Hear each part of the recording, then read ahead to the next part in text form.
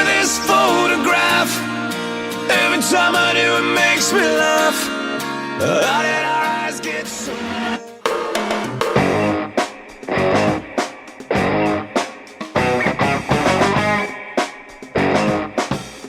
It's time for the finest podcast in the KCAC. I know, it's the only podcast with coaches in the KCAC. You've never seen chemistry like this since the combination of peanut butter and chocolate. I'm Officer Races. What happened here? When Coach K speaks, he gives you more than football. He gives you life lessons. Dear Coach K, I find myself being mediocre a lot of the time. 500. What tips would you have to give to me to excel and get over the proverbial hump? You start with the basics, and you find what you're good at, and then try to push that into your strengths. So minimize your inadequacies. It's time for the Kent Kessinger Podcast Spectacular. It's time for the February edition of the Kent Kessinger Podcast Spectacular. I'm Bob Johnson. As always, your host of what is a unbelievably fun 30 minutes to 45 minutes with the man himself, the master of ceremonies. It's like one of those old school roasts that they used to do back in the day, with Frank Sinatra and all those guys. Is Dr. and head coach Kent Kessinger joins us. Coach, welcome. How you doing, Bob? It's good to have you. Good to be here. Although we're having unstable internet connections, we'll try to manage through this, but it's good to see you. Well, it's good to see you. It's been a bit since the December, the holidays and that, and then January was a wash, and we just finished up with signing day, and so now it's time to get ready for the spring portion of the season, and a lot of excitement for that. Are your players excited to get back out onto the practice field, into the football field? Yeah, we had probably one of the best retentions from fall to spring that we've had since I've been here with our guys, from, not really losing too much at semester. And then obviously, you don't lose the senior class because they're still playing.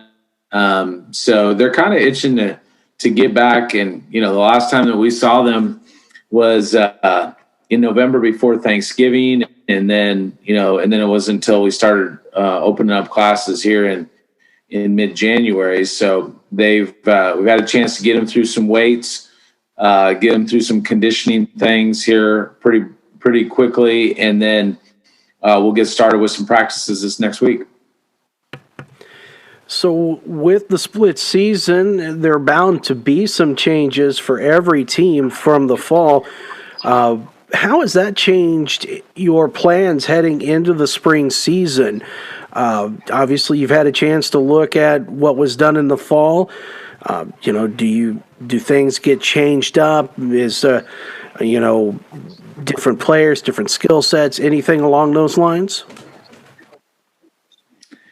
I'll steal a page from Andy Reid's playbook. Last year when they went into the Super Bowl, all of a sudden, they started running, option and whatnot, and 49ers didn't really know what to do. We've come up with, I think, a couple creative things that we're going to give a shot to here in the spring. It's kind of an interesting little, I think, duality that we're going to have. Is normally we get a lot less practices in the spring, but we do a lot more experimentation with what we want to do. So there might be 2 or 3 plays that we want to try out and see how they are, before we get into a regular season with them. And then we want to be able to evaluate our guys and make sure they're learning our base. Well, with more practices, we get an opportunity to hopefully really evaluate our team going into next year, obviously. And then secondly, we're going to try to do couple little different little wrinkles and that sort of thing to kind of keep those guys that we play in the second half of the season from just saying, well, Ottawa's going to run this or they're going to run that. So there's going to be a little bit of experimentation as well. So it's kind of like the hopefully it's going to become the best of both worlds, where we can do a little bit of the evaluation, experimentation that we would normally do. And then also we're playing games to be able to see how it works live and in person. And then, continue our season, and hopefully, finish things off again really successfully, like we did pretty much in the first half of the season. Well, the Braves went 4-2 in that first half of the season and really set up for a good second half. And with as many teams that are opting not to play, there's a really good chance that if this second half goes really well, Braves could find themselves in a possible playoff spot if everything went well. Would you agree with that? Well, and it's going to have to go. It's going to have to go well. I agree. I do agree with that.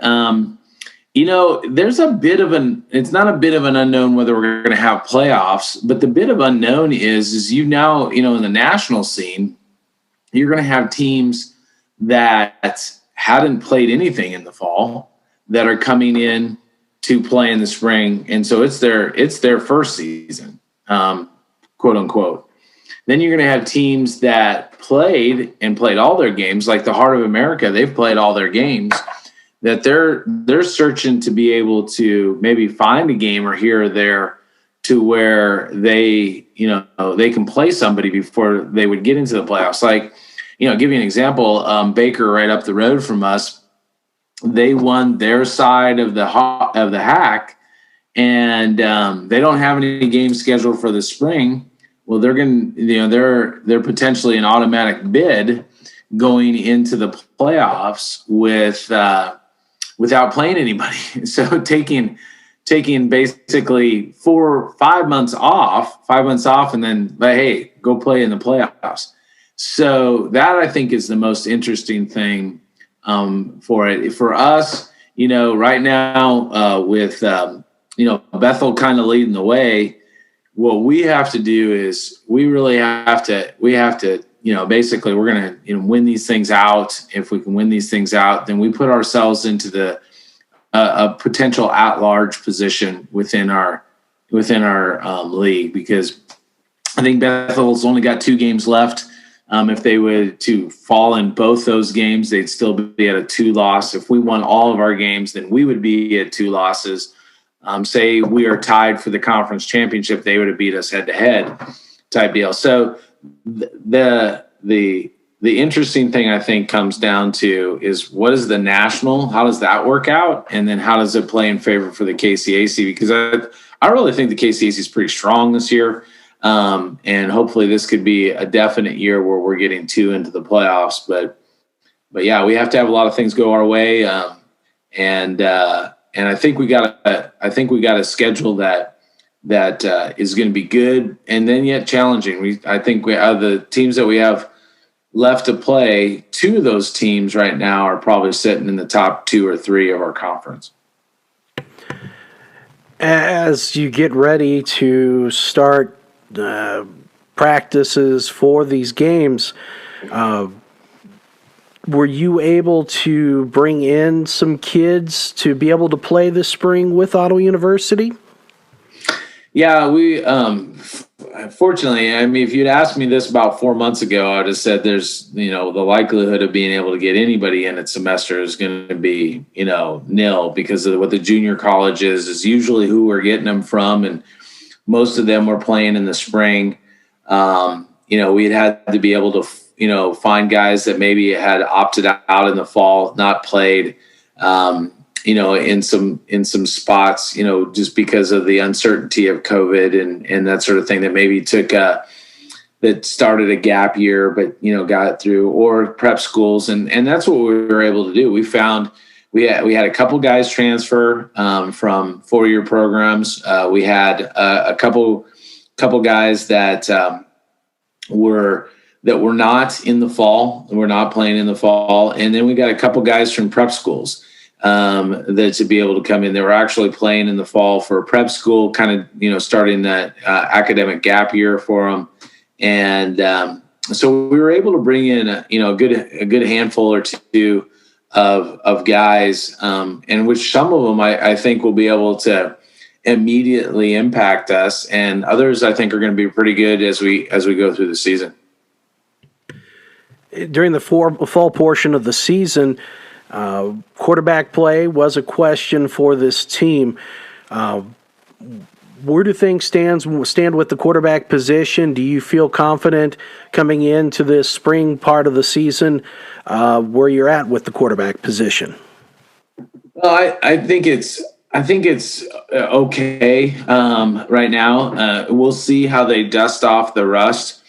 The positive part with this is at the position, we knew that we were going to play quite a few people because we're just, the uncertainty of COVID, of whether you're going to have a guy week in and week out. We talked about this a lot during this fall. But the second thing is nobody had really taken, some quality snaps as quarterbacks in our program.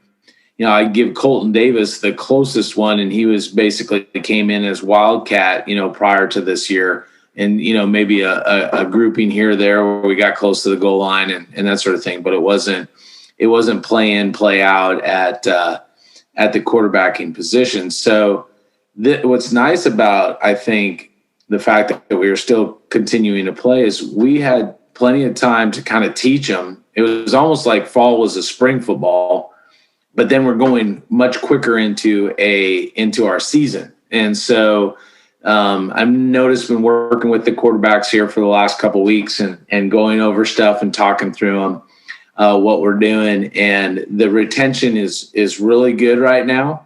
Watched them throw a little bit, and that's going. And then we're hopefully adding a little bit more competition. Got some guys, one or two that are coming in. They came in a semester as young guys. And then I got another quarterback that was not eligible in the fall that is going to compete. So we're going to basically got 5 or 6 guys at that position. So that's going to add more competition to it for us. But we'll see. Again, there's some pretty good athletes in there that we might end up moving to other positions, kind of like we did with Colton 2 years ago. But that's one. I think it's hopefully going to be solid.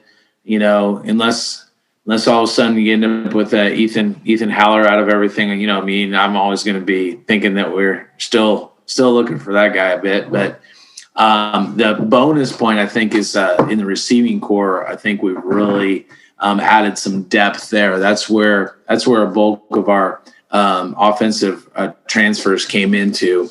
And, as long as hopefully all their transfer stuff works out eligibility wise, we got some pretty good quickness, and we had good quickness last year, but we've added to that. Offensive line, I know that at times there was maybe a little short on there. Do you feel better coming into the USFL spring season?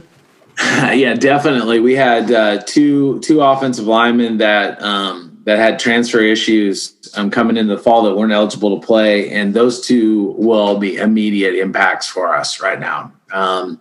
One of them might be one of our best offensive linemen, and we got to see him, and he got to work through the fall with us, and that's going to add some depth, and then all the great opportunities that some of our young guys like Trevor Concher, all the snaps that he got to play, in our system is fantastic for him. And then who knew that we were going to be able to move Jordan Hobson into tackle, and he plays so well. So on one side you got, J-Hop, and the other side you got Arnold Mendoza, and, to have that, I think we're going to be a lot more solid. It's the depth wise, I wish was deeper. I want the offensive line to be the deepest position in our team, and that's one we're still working on. But we hopefully will be better there. A little bit more size, a little bit more competition, and then a lot more knowledge for some of our young guys has helped us out, I think, or will help us out, I should say. Of course, one of the greatest openings to our player profile segment with Arnold Mendoza and the high. So that's hopefully we'll get that get some play that'll be more exciting than that when see if he's taking any public speaking courses right now. We might have to bring him back to revisit at that point in time. I think what we should do is once we get these coaches shows going up again, I think maybe we should bring Arnold and some of the O-line guys right off the get-go, the first night. Because if you're an offensive lineman, nobody ever asks you any questions anyways. You don't get, the only way you get to do it is you got to become a head football coach. That's when they first started asking me questions. You had to be a head football coach. So. I like where you're going with this. Yeah, so let's bring those guys. I mean, because the guys in the trenches on both sides, that's where you win the football games. So I like it. I like this. I think it could be an epic first show back for this spring season. And how different is it for you that you're preparing for a spring season? Is this something that you ever thought that you would be doing? Absolutely not. Never thought this would happen. I mean, it is odd to say the least. When you're normally you focus on recruiting, and then from recruiting you're just like, all right, let's see how we can be creative. But we don't have to. There's no wins or losses in the spring, so you can be creative and you can see out things and you can watch guys develop. Now we got to be able to do all that and play for competition. And that's where, I got to see how the pendulum is going to swing a little bit as we go, as I'm focused on our kids being able to be successful, but I really want to see how they're going to develop as we go through this season. And I want to be, as a coach, I'm looking at this as, we get a heck of a lot more opportunities to develop our team this spring than we would have. So, I mean, we usually get 15 practices, and, with the 15 practices, you got one scrimmage, and you get to scrimmage against yourself. I mean, now we have the potential of 5 games. We're going to have, as long as the weather holds out. So we have the potential of probably 20 practices or more, 20 practices, I would say, before our first game.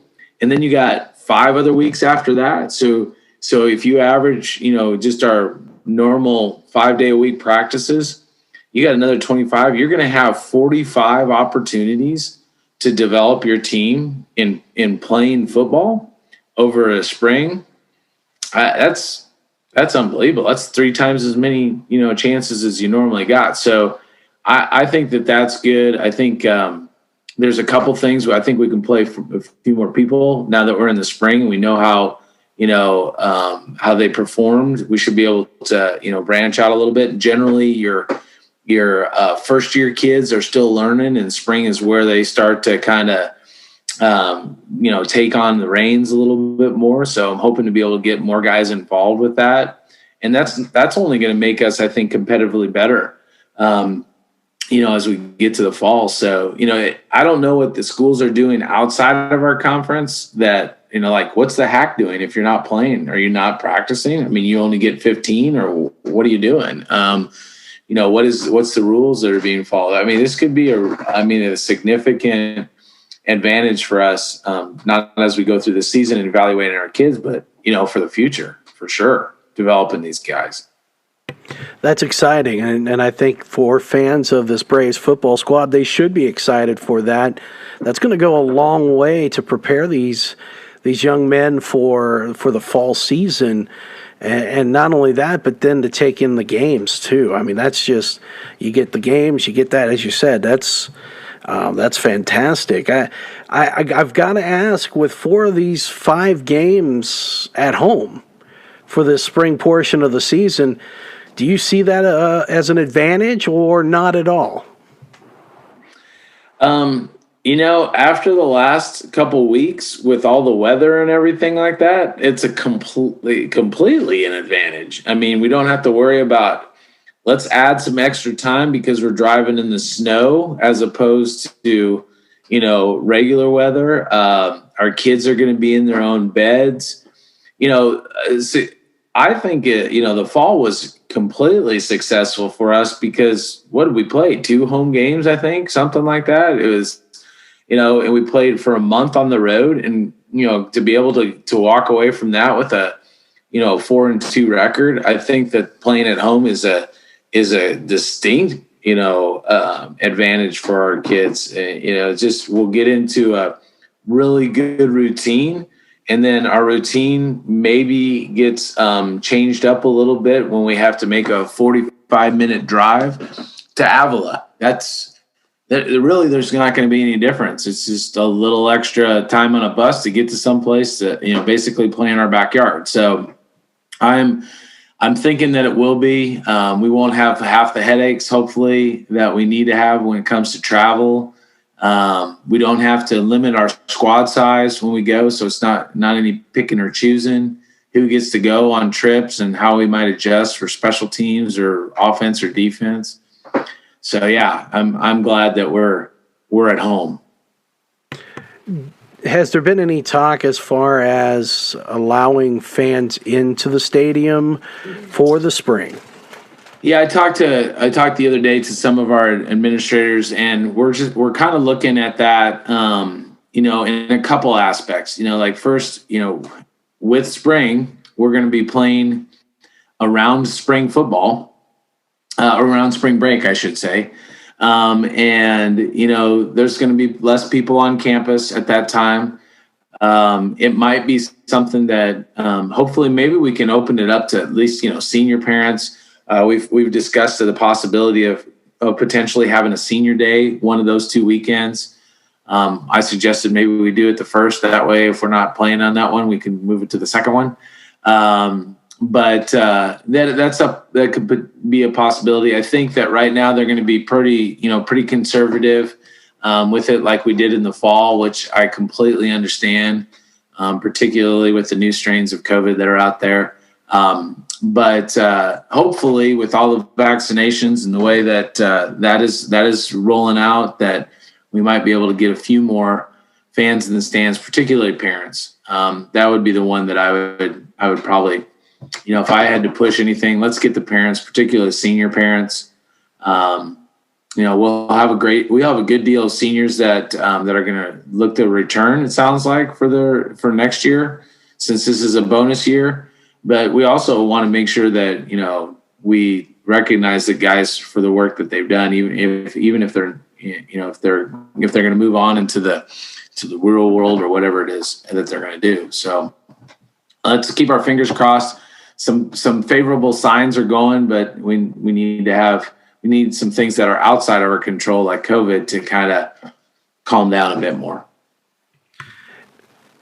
What concerns you the most about this upcoming schedule?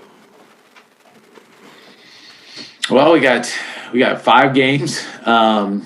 We've got crazy weather that we have not had to worry about.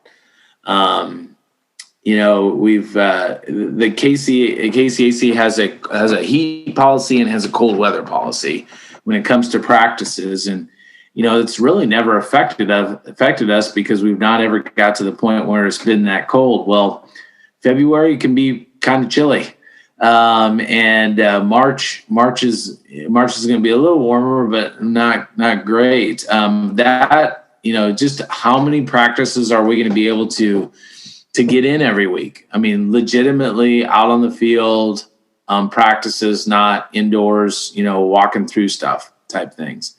That is a concern with the schedule. We have one break, one bye week, and I'm not looking at it as a break, but as we didn't get something played and now we need to move a game into it. Does that play a role into things? I mean, if we don't play a couple games, I don't see how we close the gap and get to the playoffs. Those are a couple of things that concern me. And we've got at least, we got 5 good teams, but we got 2 of the teams that are, knocking at the door for the, top part of the conference. So that does play a role as well. You get to open up this second half of the season against your alma mater, Bethany, and it may be too early to gauge anything, but maybe what's the underground rumblings about Bethany? Of course, they had their the issues in the fall leading in with changes at coaching staff and that. What do you expect to see from them come March 6th? That's a great question. And the reason why it's a great question is everything is under the radar. I mean, there is, we've heard nothing, from whether it's recruiting, we've rarely gone up against them in recruiting, the ones that we've gone up a lot against, maybe a Southwestern in recruiting, obviously like a Bethel, and then state schools like Fort Hays. Fort Hays has been, the team that we've battled against in recruiting mainly, but really heard nothing from Bethany. Don't know if they got guys coming back or leaving. During the season, we thought that there was initially some rumblings that kids might be leaving there.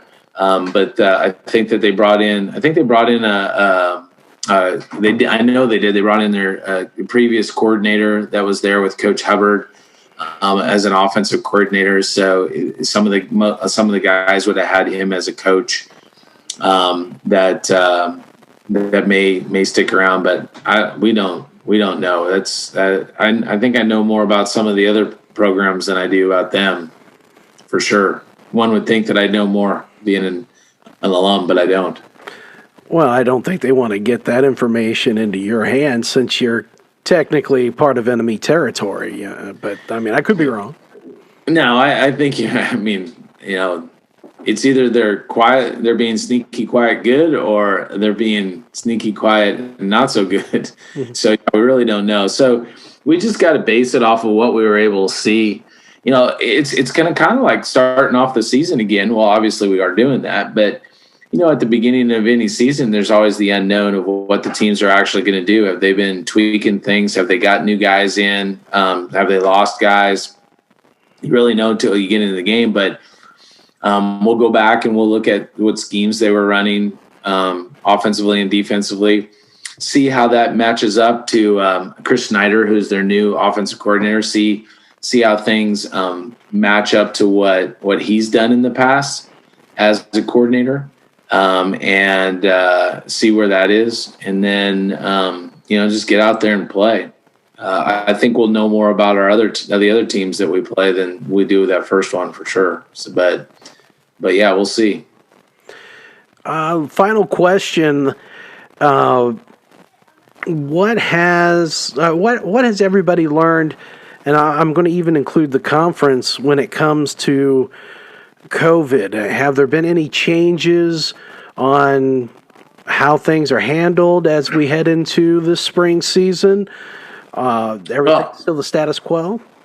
Well, I think that from our standpoint at Ottawa University, because obviously I think our kids that were here in the fall, we've got into a good pattern of understanding, all right, we're going to do screenings every day. Got to make sure you get through that. You understand that you fill out the screenings if you're not feeling good, how you kind of pull yourself away from somebody, just not quarantine at that point, but to figure out what's going on.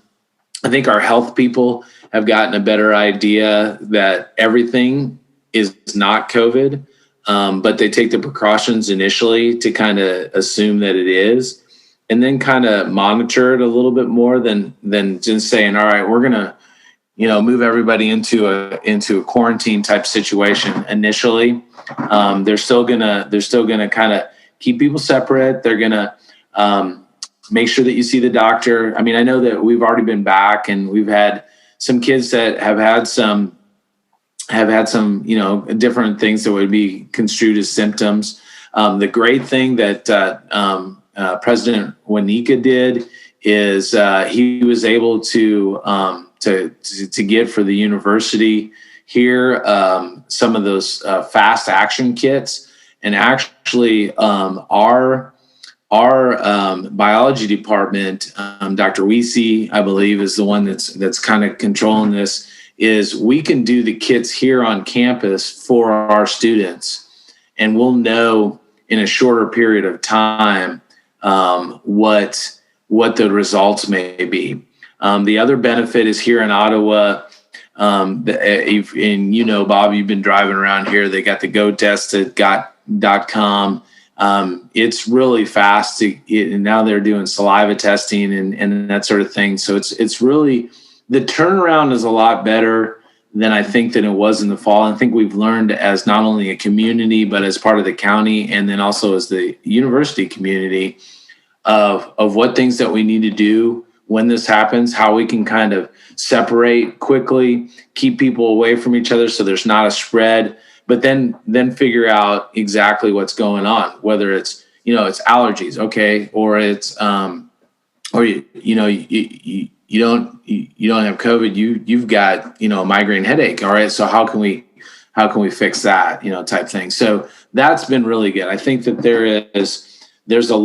there's a concern, obviously, but we also have, more tried and true kind of steps and plans to be able to communicate. Man, that's a huge one. We've done a much better job of communicating what's going on and what people need to do. There's not as much of the guesswork that we it was kind of more trial and error. That's a better way of putting it. This plan looks like it works. We found out, that was a great one, or this one needed to be fixed a little bit. So, I think it's going to be a lot